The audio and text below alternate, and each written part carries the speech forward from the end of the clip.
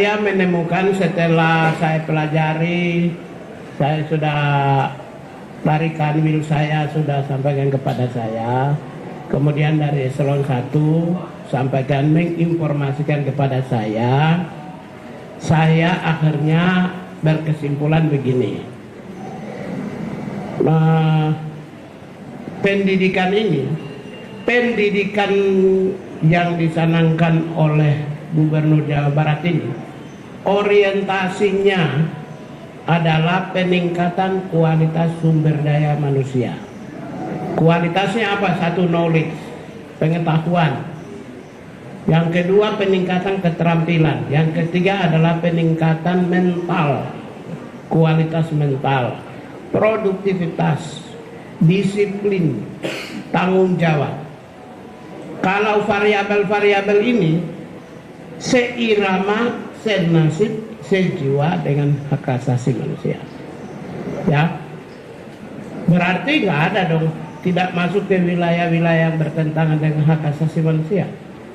Yang dikhawatirkan itu adalah yang kemarin saya bilang corporal punishment, seperti orang tua atau di sekolah mendidik anak cubit telinga, tak pukul, mendisiplinkan anak yang berlangsung pada masa pendidikan ala masa lampau.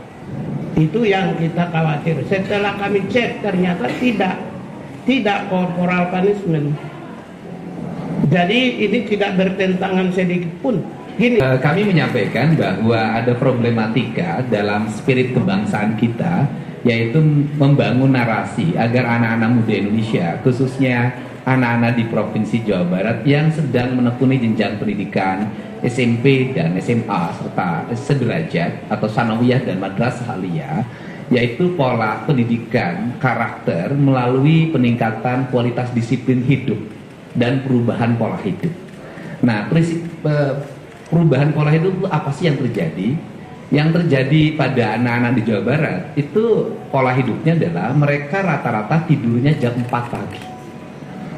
Karena waktunya dihabiskan untuk main game online. Kemudian berdampak pada mereka tidak bersekolah. Selain berdampak tidak bersekolah, mereka sering terorganisir secara sistemik melalui kekuatan media sosial, melakukan pertarungan-pertarungan secara terbuka dan tertutup, melahirkan banyak orang yang terluka, bahkan banyak orang yang meninggal. Kemudian yang berikutnya adalah beredarnya obat-obat yang tidak layak dikonsumsi dari sisi kesehatan, yang dijual secara terbuka sebenarnya, berharga di bawah Rp10.000 dengan 3 butir, istilahnya eksimer dan sejenisnya, serta minuman-minuman yang beredar secara luas yang bisa diakses oleh anak-anak SMP. Nah, ini adalah problem yang harus segera diselesaikan. Nah, problem itu ternyata tidak bisa diselesaikan di internal sekolah melalui pendekatan bimbingan konseling. Dan problem itu juga tidak bisa diselesaikan di internal keluarga oleh ayah dan ibunya.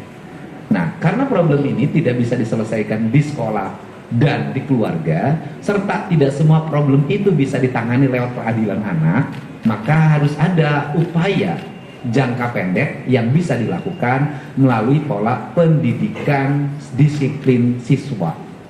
Dalam kaidah bahasa saya adalah pendidikan bela negara dengan penguatan pendidikan berkarakter. Maka kami menggandeng lembaga TNI, karena TNI memiliki pengalaman dalam melakukan pola pendidikan baik untuk kalangan militer maupun kalangan sipil. Di kalangan sipil dikenal namanya prajabatan. Di kalangan sipil hari ini untuk masuk industri banyak yang dilatih di Dodik Pangkodam 3 Siliwangi Lembang untuk membangun kebugaran. Nah, metodologi pendidikannya yang kami sampaikan tadi ke Pak Menteri adalah, yang pertama adalah pembangunan kualitas disiplin. 1, melepas HP. 2, melepas tradisi bermotor. 3, melepas minuman keras. 4, melepas obat-obatan terlarang. Kelima, melepas konsumsi zat adaptif lainnya yang merusak saraf dan pikirannya, dengan membangun pola tidur maksimal jam 10 malam. Kemudian mereka bangun jam 4 pagi, mereka mandi, salat subuh bagi yang beragama Islam, membereskan ruang tempat tidurnya, masuk ke masjid, dan kemudian mendapat bimbingan rohani dari kiai yang menjadi bimbingan konselingnya. Setelah itu mereka sarapan pagi, setelah sarapan pagi mereka berolahraga, setelah mereka berolahraga mereka langsung mengikuti ruang kelas pembelajaran sebagaimana dia didapatkan di sekolah. Kami mendatangkan guru dari berbagai tempat, dan kemudian setelah itu mereka salat duhur, kemudian istirahat. Setelah istirahat mereka mengikuti program minat dan bakat melalui pendekatan olahraga. Dan kemudian maghrib dia masuk masjid lagi, belajar ngaji lagi, kemudian sampai isya, dan kemudian nanti mereka makan malam dan kembali ke tempat mereka tidur untuk tidur malam. Jadi model itu yang kami kembangkan, dan kami tadi konsultasikan bahwa tidak ada pelanggaran-pelanggaran yang dilakukan terhadap hak-hak anak sendiri. Nah, kalau bicara orang banyak memperdebatkan persoalan apakah mereka, bagaimana mereka belajarnya, pertama justru dengan barak ini mereka jadi belajar. Mereka jadi ada gurunya. Kenapa? Karena selama ini mereka bolos. Mereka tidak pernah belajar. Bangunnya rata-rata jam 10 siang. Nah, ini adalah. Kemudian yang kedua, bagaimana lingkungannya di barak itu, di komplek pendidikan itu mereka mendapat lingkungan yang baik. Karena selama ini mereka di lingkungan rumahnya tidak mendapat lingkungan yang baik, di lingkungan sekolahnya tidak mendapat lingkungan yang baik, mereka menjadi anak jalanan. Nah, inilah barangkali langkah yang dilakukan oleh kami, pemerintah Provinsi Jawa Barat dan pemerintah kabupaten kota di seluruh Jawa Barat sebagai bagian upaya kami untuk menyongsong generasi Indonesia Emas tahun 2045. Barangkali itu saja. Terima kasih.